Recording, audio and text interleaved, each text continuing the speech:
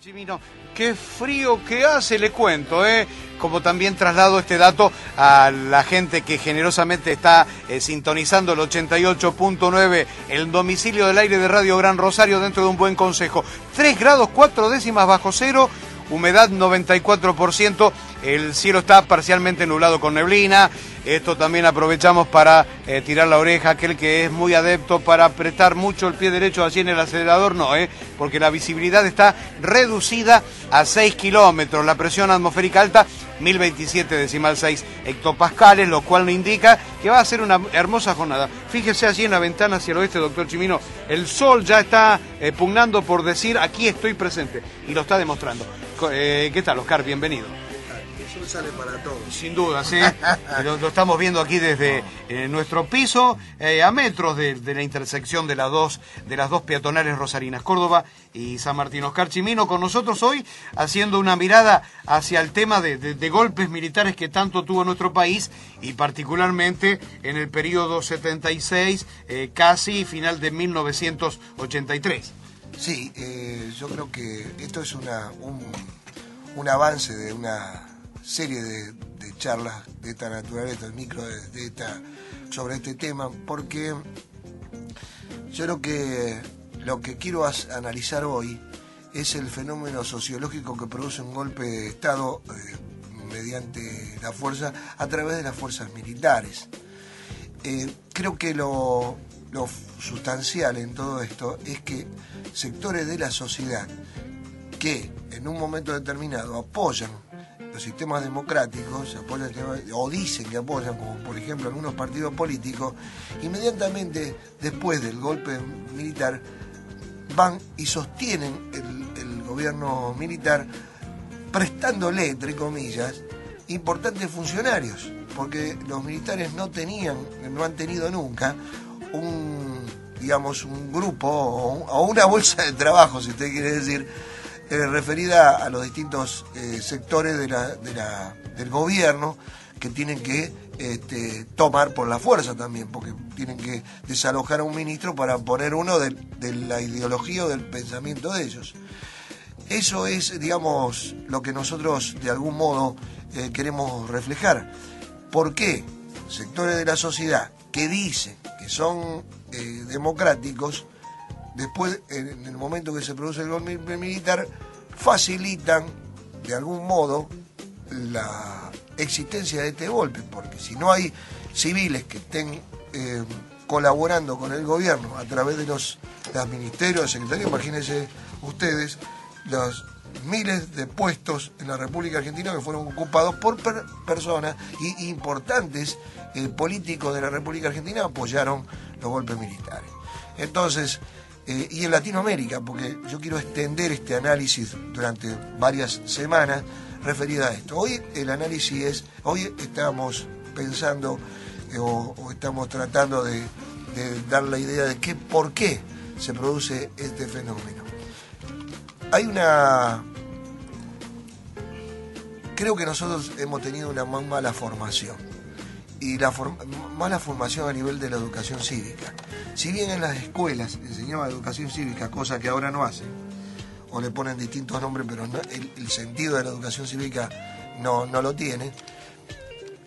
Entiendo yo que la formación en Argentina, la formación primaria, secundaria y universitaria de los últimos 50 años, salvo en estos últimos años, ha producido este fenómeno, que es que una persona que ha ido a votar alguna vez, que ha participado en un partido político, participe de golpes militares, apoyándolo a través de grupos que integran el gobierno.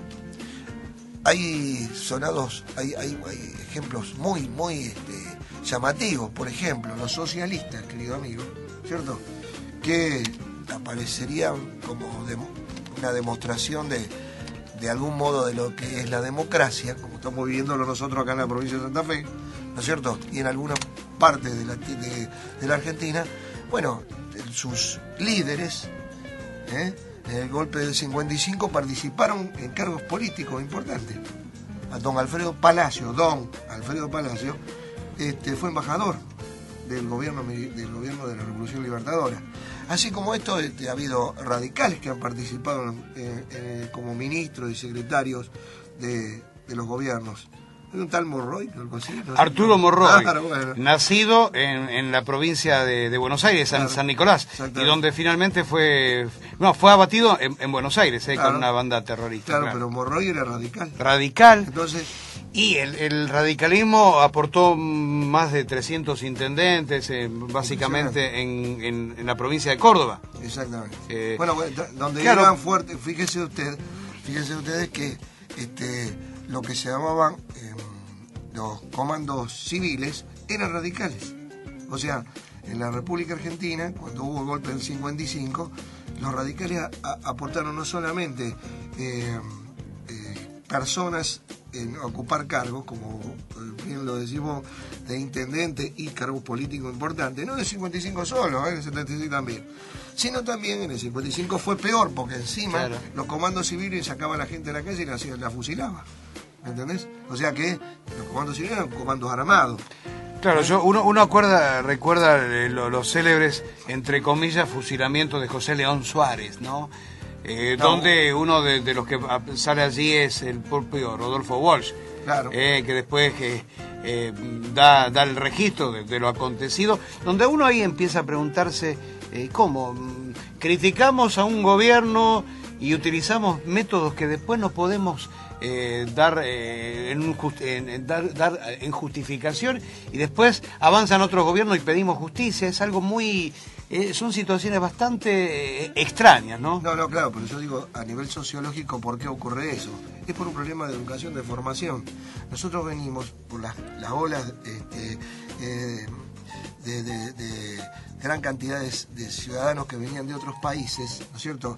En 1890, 1910, 1918, 1920, la gran cantidad de habitantes que poblaron esta tierra, que su ideología, además la ideología que tenían las personas que estuvieron en esta República Argentina antes de 1810, la formación de este país, de esta nuestra patria. Sí, una formación reaccionaria, entonces, sin duda. Por eso mismo, ¿cómo puede ser que sectores que han vivido en el movimiento político en Argentina, como partidos políticos importantes, participen de eso? Participan porque hay un problema de formación. Aparte, nosotros hicimos una formación muy facha de la cosa, ¿no? Pero ya antes de que naciera el fascismo, mucho antes de que el fascismo estuviera en Italia y en los países europeos, mucho antes que existiera Mussolini, nosotros ya teníamos una formación facha. Si querés, vamos a hacerlo en otra oportunidad, le voy a mostrar Mitre, Roca, Sarmiento, si vos le vamos dando, y cómo armaron el Partido Nacional para institucionalizar el fraude.